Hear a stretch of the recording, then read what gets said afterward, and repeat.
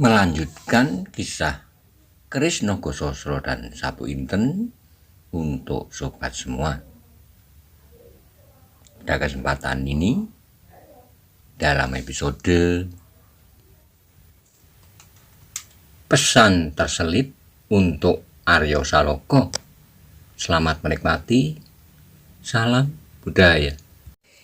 Pada episode sebelumnya dikisahkan ketika Wonomarto dan rombongan tiba di perkemahan Laskar Banyu Biru dengan membawa sendang parapat yang terluka parah.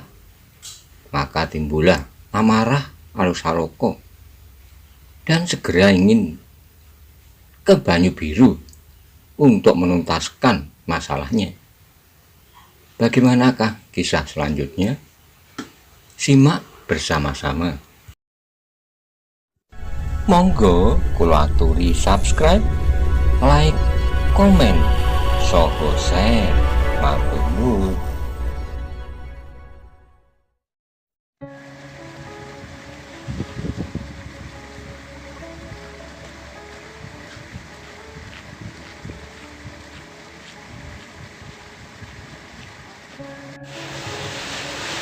Ketika Bisma gugur, lanjut Wilis, para kadang Pandawa masih sempat menghadap Resi yang dipundi-pundi itu. Mereka masih sempat meminta maaf dan minta pangestu kepadanya. Demikian juga sebelum Prabu Salya gugur, Nangkula dan Sadewa sempat mengharap orang tua yang sakti itu. Dengan air mata mereka berdua minta agar mereka dijauhkan dari dosa mereka, karena mereka harus bertempur melawan saudara-saudara mereka yang lebih tua. Sekali lagi Roro Wilis diam sesaat. Widuri mendengarkan dengan penuh minat, tetapi wajahnya telah berubah dari semula. Ketika kedua junjungan para darah Bathara itu gugur, menyesalah kedua belah pihak. Tetapi lebih menyesal lagi mereka seandainya mereka tidak sempat menghadap sebelumnya. Mohon maaf segala kekhilafan lahir batin.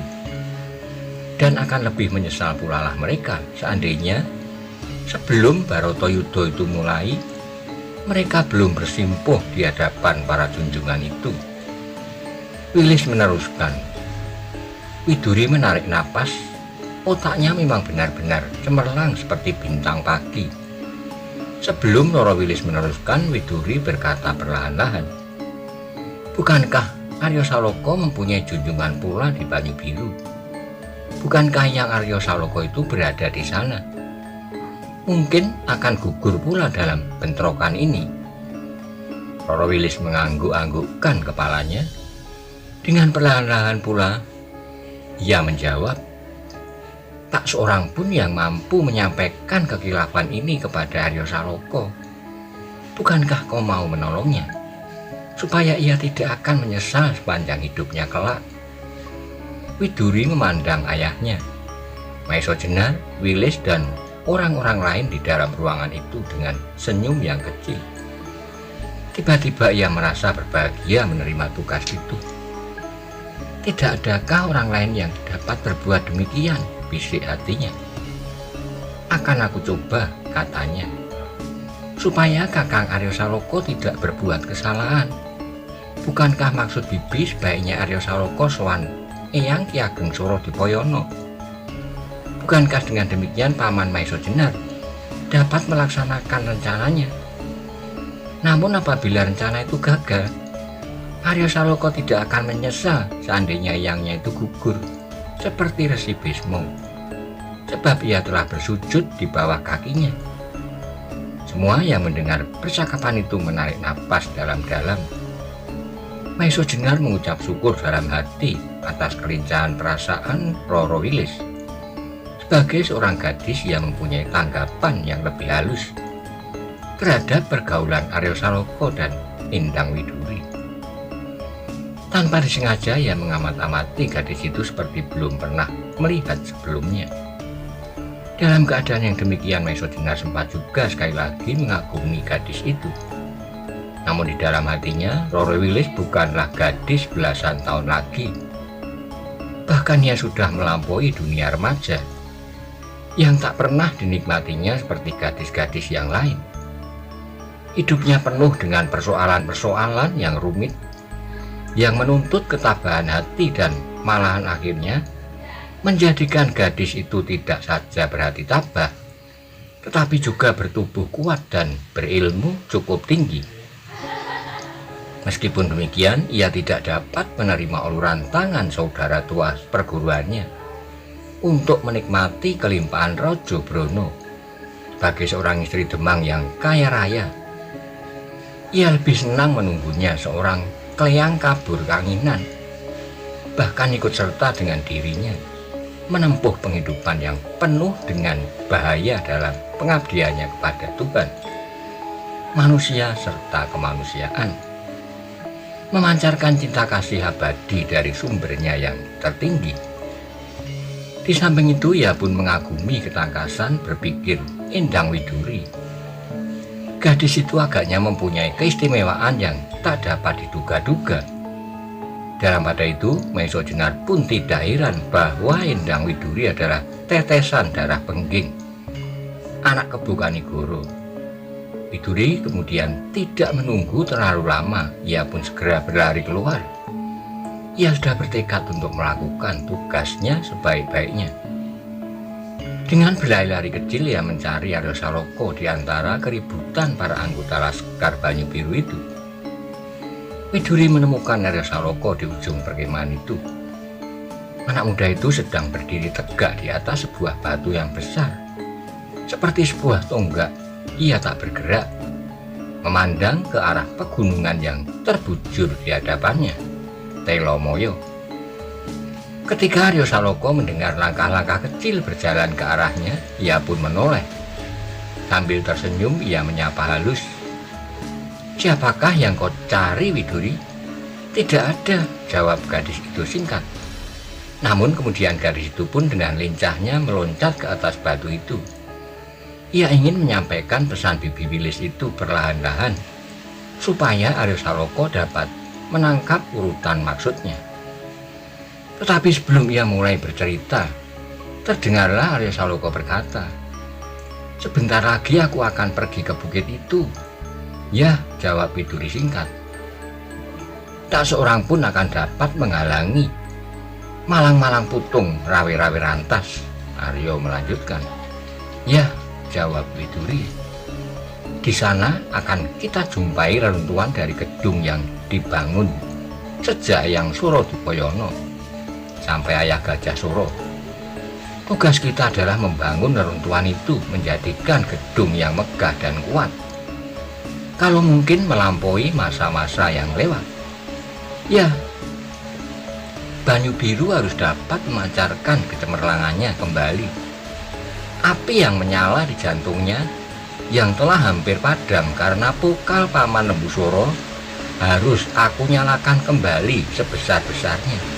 "Ya," Widuri mulai gelisah. Agaknya ia tidak akan dapat kesempatan untuk menyampaikan ceritanya. Apalagi ketika ia sudah nekat untuk memotong angan-angan Aryo Saloka itu, tiba-tiba terdengarlah sangkakala berbunyi. Wajah Aryo bertambah gembira. "Kau dengar itu?" "Ya," saut Widuri yang benar-benar menjadi gelisah dan cemas. "Marilah kita bersiap," ajak Aryo. Aryo tidak menunggu jawaban Endang Widuri. Dengan serta-merta ditangkapnya gadis itu dan ditariknya menghambur ke arah bunyi sangkakala yang menjadi semakin nyaring. Suaranya menyusup lembah-lembah, menghantam bukit-bukit, meraung-raung seperti suara naga raja yang marah menuntut balas. Ketika mereka sampai di perkemahan, mereka melihat Laskar Banyu Biru itu telah hampir siap.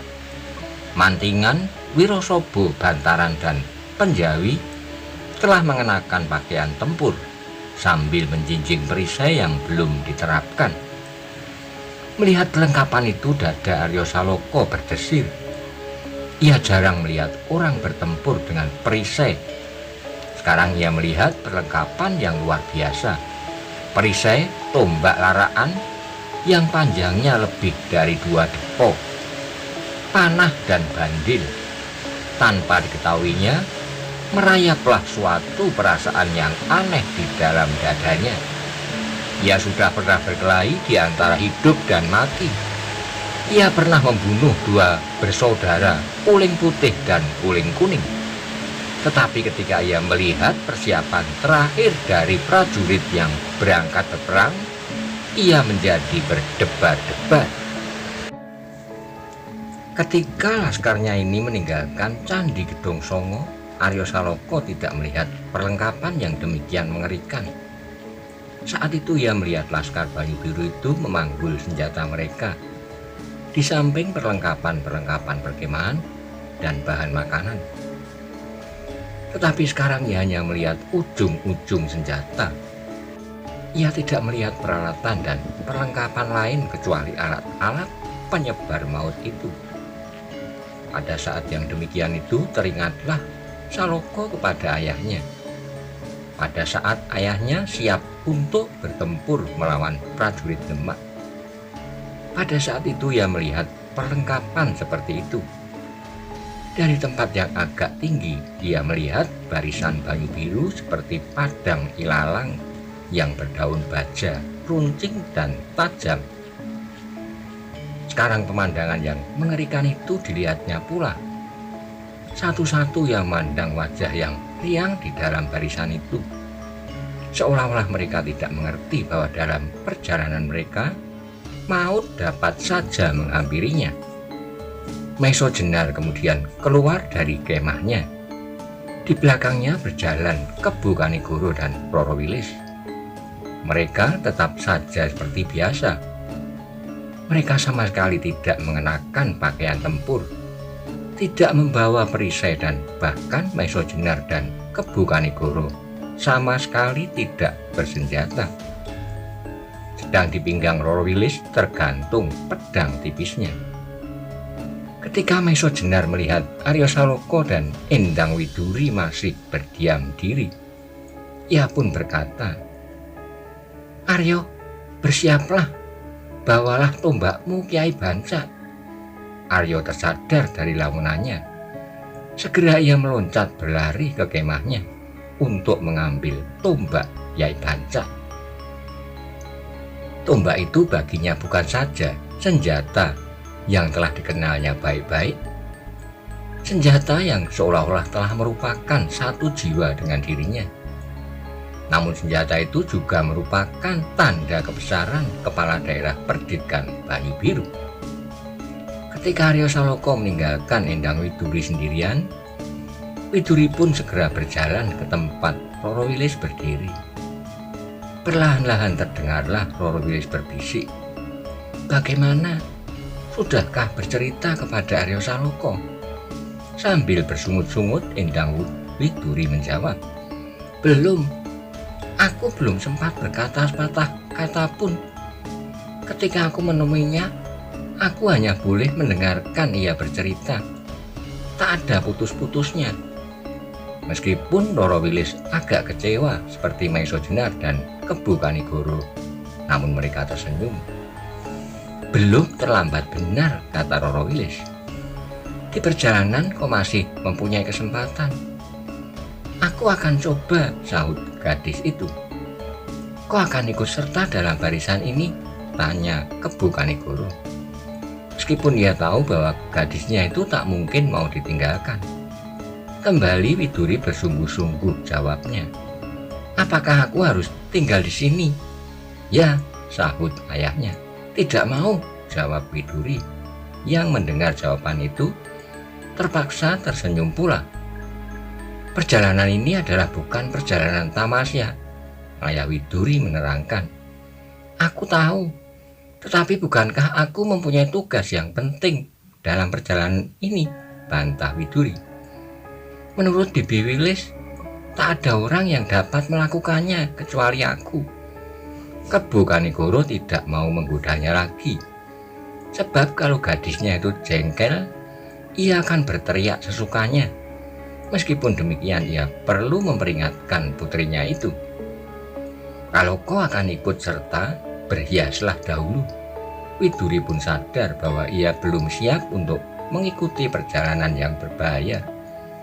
Karena itu ia segera berlari ke kemahnya untuk melepas kain panjangnya, mengenakan celana latihannya, kain pendek di luar, dan yang tak dilupakannya adalah rantai peraknya. Digalungkan rantai itu melingkari lehernya, sedang ujungnya terjuntai dan dikaitkan pada ikat pinggangnya. Ketika ia telah siap, segera ia pun melompat dengan lincahnya dan menempatkan dirinya di belakang ayahnya. Aryo Saloka pun telah berdiri di sana, di samping Maesa Jenar, dengan tombak Kyai Bancak di tangannya. Di hadapan mereka berbarislah dalam kelompok-kelompok laskar Banyu Biru. Hampir seluruhnya ikut serta, selain yang bertugas menyiapkan makan dan yang harus menyampaikan setiap hari ke garis terdepan, sebab mereka tidak tahu berapa lama mereka dapat menyelesaikan pekerjaan mereka. Ketika mereka, Laskar Banyu Biru itu, telah bersiap, terdengarlah Maesa Jenar berkata kepada mereka, "Perjalanan kali ini adalah perjalanan yang menentukan. Kalau kita terpaksa bertempur, maka setiap orang di antara kalian mempunyai kemungkinan untuk gugur. Karena itu, siapa yang belum bersiap untuk berkorban dengan milik kalian yang paling berharga, yaitu jiwa kalian, aku persilahkan meninggalkan barisan." Terdengar suara bergumam di dalam barisan, namun tak seorang pun yang meninggalkan barisan. Dengan semangat yang menyala-nyala, mereka tetap tegak di tempat mereka berdiri. "Terima kasih," Maesa Jenar meneruskan. "Ternyata kalian telah merelakan jiwa raga kalian dalam pengabdian yang luhur ini. Namun meskipun demikian, dengarkanlah keterangan ini, bahwa tujuan kalian yang terutama bukanlah bertempur." Kembali terdengar suara bergumam di dalam barisan itu. Bahkan Aryo Saloka pun sampai menoleh kepadanya. Maesa Jenar melihat tanggapan itu, segera meneruskan, "Tujuan kalian yang terutama adalah menempatkan kebenaran dan keadilan di atas pemerintahan Banyu Biru. Bukankah demikian? Bertempur adalah cara yang terakhir, tetapi bukanlah tujuan. Jangan dilupakan ini. Sehingga seandainya pemerintahan Banyu Biru dapat dikembalikan pada keadaan yang seharusnya, tanpa bertempur, tanpa setetes darah pun yang harus mengalir dari tubuh kalian, janganlah kalian mencari perkara." Maesa Jenar diam sejenak. Ia melihat kebimbangan di sebagian wajah-wajah di hadapannya. Kemudian ia menyambungnya, "Tetapi perhitungan kita adalah perhitungan yang paling mahal. Menembus benteng pertahanan orang-orang Pamingit dengan ujung senjata. Sudahkah kalian siap?" Terdengarlah jawaban serentak, gemuruh, bahkan ada di antara mereka yang mencabut senjata, mengangkatnya tinggi-tinggi seperti akan menusuk langit, sambil berteriak-teriak, "Kami telah bersedia, hidup mati kami serahkan untuk tanah tercinta." Maesa Jenar membiarkan mereka berteriak sepuas-puasnya. Kemudian ia mengangkat tangannya. Suara yang gemuruh itu pun semakin menurun dan akhirnya diam. Terdengarlah Maesa Jenar berkata, "Tanahmu adalah tanah pusaka, tanah yang dikaruniakan Tuhan kepadamu. Karena itu cintailah tanah itu. Sedangkan hidup matimu adalah di tangan Tuhanmu. Mudah-mudahan Tuhan bersama kita." Darah orang-orang Banyu Biru itu serasa mendidih. Namun demikian di dalam dada mereka, sekali-kali terngiang pula kata-kata Maesa Jenar. Bertempur adalah cara yang terakhir, tetapi bukan tujuan. Juga di dalam dada Aryo Saloka, kata-kata itu berulang kali mengumandang. Saat kemudian Maesa Jenar berkata kepada Aryo Saloka, "Aryo, semuanya sudah siap. Berilah tanda supaya laskarmu berangkat." Dari Maiso Jenar, Aryo telah banyak mendapat petunjuk dan tuntunan tentang tata keprajuritan. Karena itu ketika Maiso Jenar memberinya kesempatan untuk memimpin laskarnya, ia pun tahu apa yang harus dikerjakannya. Maka Aryo Saloka pun melangkah maju. Dengan isyarat ia minta Wonomerto berdiri di sampingnya. Wonomerto adalah tetua tanah Perdikan Banyu Biru. Ia menjadi emban kepala daerah Perdikan sejak eyangnya, Ki Ageng Surodipoyono, masih memegang jabatan itu.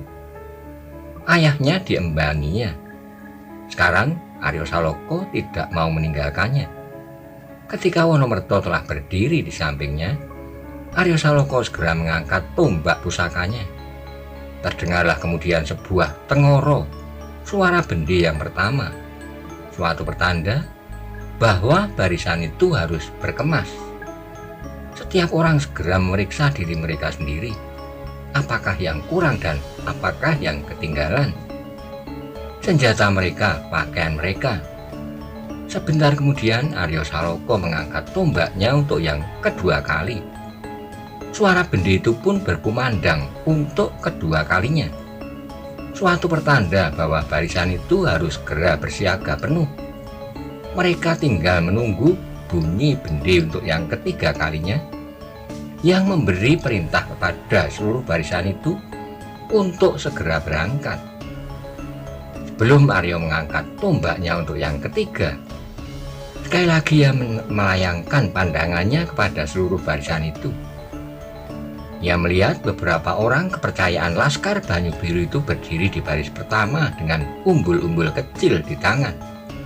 Jauh lebih kecil dari umbul-umbul yang pernah dilihatnya di Banyu Biru dahulu, ketika ayahnya hampir saja terlibat dalam pertempuran dengan pasukan Demak. Namun demikian, umbul-umbul ini pun memberinya kesan yang menggetarkan. Di tengah-tengah deretan umbul-umbul itu dilihatnya panji-panji kebanggaan tanah perdikannya di Rodo Sakti. Apalagi ketika matanya tertumbuk pada panji-panji pepunden seluruh rakyat Demak, hatinya bergetar deras. Panji-panji itu pula lah yang memaksa ayahnya dahulu untuk mengurungkan niatnya melawan kekuasaan tertinggi.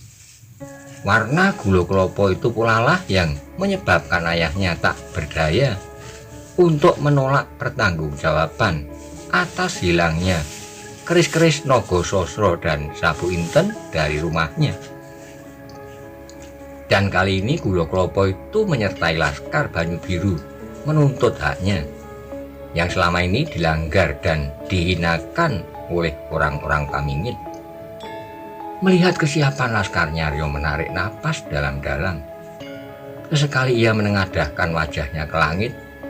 Nampaklah bibirnya bergerak-gerak dan terdengarlah suara perlahan sekali yang hanya dapat didengarnya sendiri. Ya Allah yang memerintah langit dan bumi, aku serahkan diriku dan laskarku ke dalam tanganmu, ke dalam bimbinganmu. Jauhkanlah kami dari kesalahan-kesalahan, serta berilah cahaya di dalam hati kami. Berlakulah segala kehendakmu atas diri kami, sebab segala kehendakmu pasti berlaku. Kami adalah domba-domba yang menggantungkan nasib kepada pengembalanya yang maha pengasih dan pengampun. Setelah mengucapkan kata-kata itu, tiba-tiba Aryo Saloka merasa mendapat kekuatan yang luar biasa. Sebagai seorang pemuda yang perkasa, ia cukup mempunyai bekal lahir dan batin dalam pekerjaan yang dilakukannya kali ini. Namun karena jiwanya yang pasrah kepada sumber hidupnya, ia menjadi semakin yakin kepada tindakannya. Kemudian dengan tidak usah menunggu lebih lama lagi, diangkatnya tombaknya tinggi-tinggi. Dan saat kemudian menggemalah suara bendi yang ketiga kalinya, mengaum seperti jerit harimau lapar. Belum lagi gema bunyi bendi itu berhenti, menyautlah suara sangkakala dan seruling, melakukan lagu yang gemuruh seirama dengan gemuruhnya darah Laskar Banyu Biru itu. Berbareng dengan itu bergeraklah Arya Saloka dan Wonomerta di ujung barisannya, diikuti oleh Maesa Jenar, Kebo Kanigoro, Rara Wilis dan Endang Widuri. Sedang Mantingan dan Wirasaba mendapat tugas untuk mengamat-amati barisan itu. Rara Wilis mengangguk sambil tersenyum, jawabnya, "Kalau kau berhasil, Widuri, dan kemudian Ki Ageng Suradipoyono berhasil pula mencegah terjadinya pertumpahan darah, maka berpuluh-puluh jiwa yang akan menjadi benteng dalam perjuangan ini dapat diselamatkan. Serta berpuluh-puluh wanita akan mengukir di dalam hatinya bahwa seseorang telah membendung air mata mereka yang akan tertumpah karena mereka kehilangan suami, serta beribu-ribu anak-anak yang akan meneriakkan kembali nama bapaknya ketika bapak mereka kembali dengan selamat dari pertumpahan yang urung nanti." Terasa sesuatu bergerak-gerak di tenggorokannya. Dengan tidak sengaja gadis itu memandang ayahnya. Bagaimanakah perasaannya kalau pada suatu kali ayahnya itu pergi dan tidak akan kembali? Tetapi pada saat itu tiba-tiba ayahnya memandangnya pula. Agaknya Kebo Kanigoro pun ragu apakah pertempuran dapat dihindari. Karena itu ia merasa perlu untuk melindungi anaknya lebih rapat lagi. Dengan berbisik ia menyerahkan sesuatu kepada Endang Widuri, katanya, "Inilah bandul kalungmu, pasanglah." Widuri menerima pemberian itu. Ia terpekik kecil ketika ia melihat sebuah benda yang berkilat-kilat di tangannya. Sebuah gelang putih kemerapan dan dari dalamnya memancar cahaya kebiru-biruan. Pada dinding luar gelang itu terdapatlah ukiran api yang menyala-nyala, sehingga gelang itu menjadi seolah-olah bergerigi tajam. "Apakah ini, Ayah?" tanya Widuri sambil tersenyum keriangan. Ia belum pernah melihat benda itu sebelumnya. "Itulah kelengkapan kalungmu itu. Pasanglah di ujungnya," jawab ayahnya. "Apa namanya?" desak gadis itu. "Cakra," jawab ayahnya singkat. "Cakra? Adakah cakra ini yang dahulu dipunyai oleh Prabu Kresna?" tanya Widuri pula. "Hush, jangan mimpi. Kalau aku memiliki cakra peninggalan Prabu Kresna, bukankah aku dapat menggugurkan Bukit Merbabu itu?" Endang Widuri masih saja mengagumi cakra pemberian ayahnya itu. Ia menjadi geli mendengar jawaban ayahnya. Katanya,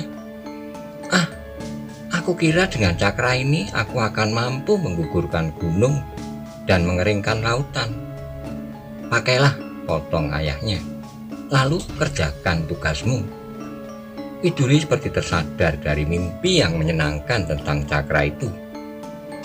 Ia teringat pada pekerjaannya yang diserahkan kepadanya oleh Rara Wilis. Karena itu ia melangkah lebih cepat menyusul Arya Saloka yang berjalan beberapa langkah di depannya. "Kakang," bisik Endang Widuri setelah ia berjalan di samping anak muda itu. Arya Saloka menoleh. Kali ini Endang Widuri tidak mau kedahuluan lagi, sehingga ia tidak sempat untuk berbicara. Karena itu segera ia berkata, "Kakang, lihat ini." Arya melihat benda yang berkilat-kilat di tangan gadis itu.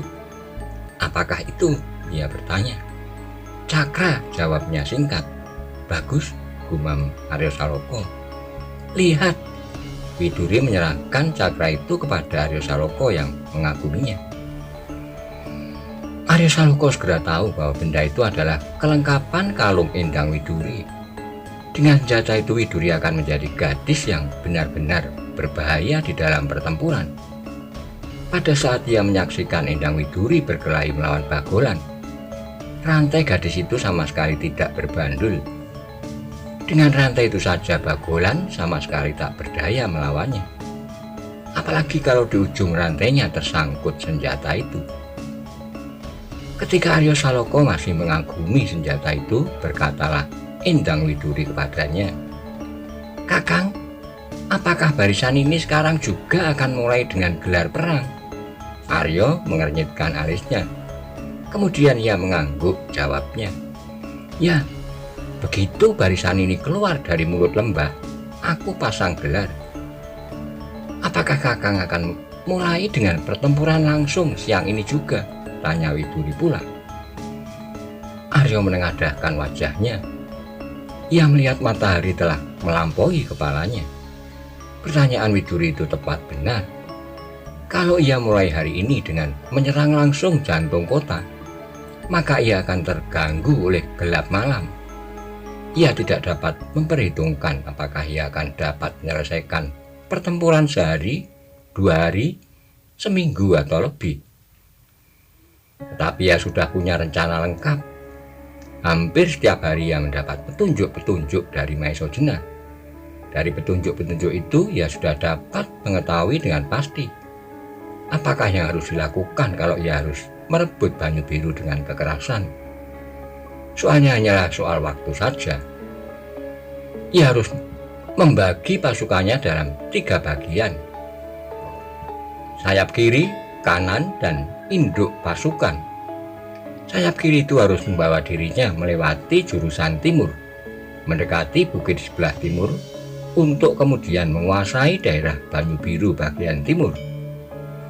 Sedang sayap kanan harus berbuat yang sama dari arah barat. Namun di samping itu sayap ini mempunyai tugas untuk melakukan pencegatan apabila datang bantuan dari Pamingit.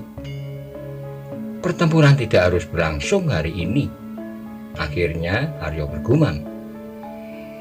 Hari ini aku akan menghadapkan laskarku ke perbatasan. Malam nanti sayap-sayapku akan mulai berkembang. Besok pagi aku mulai dengan gerakan memasuki kota. Widuri mengangguk-anggukkan kepalanya. Kalau demikian ia tinggal mempunyai waktu sedikit. Kalau laskar ini telah terpecah, maka akan sulitlah untuk mengubah setiap rencana yang sudah dipersiapkan itu. Kau menghadapi pekerjaan yang berat, Kakang, kata Widuri. Ya, aku sadari itu sepenuhnya. Paman Lembusuro bukan orang yang bodoh. Ia mempunyai pandangan yang luas dan dalam. Ia memiliki keahlian bersiasat. Aku kira Sawung Sariti pun akan memiliki sifat-sifat itu pula. Sadar atau tidak sadar, apa yang kau lakukan ini mirip dengan cerita Baratoyudo. Endang Widuri mulai dengan usahanya menyampaikan pesan Roro Wilis. Aryo mengangguk sambil tersenyum. Mungkin, gumamnya. Kemudian mulailah Widuri bercerita dari cerita yang didengarkan dari Roro Wilis. Ternyata Widuri benar-benar memiliki kecerdasan yang mengagumkan. Dengan hati-hati ia mengemukakan persoalan demi persoalan. Apa yang diduga oleh Roro Wilis ternyata sebagian besar benar. Kalau yang menyampaikan cerita itu kepada Aryo Saloko orang lain, bukan Widuri, maka akibatnya pun akan lain.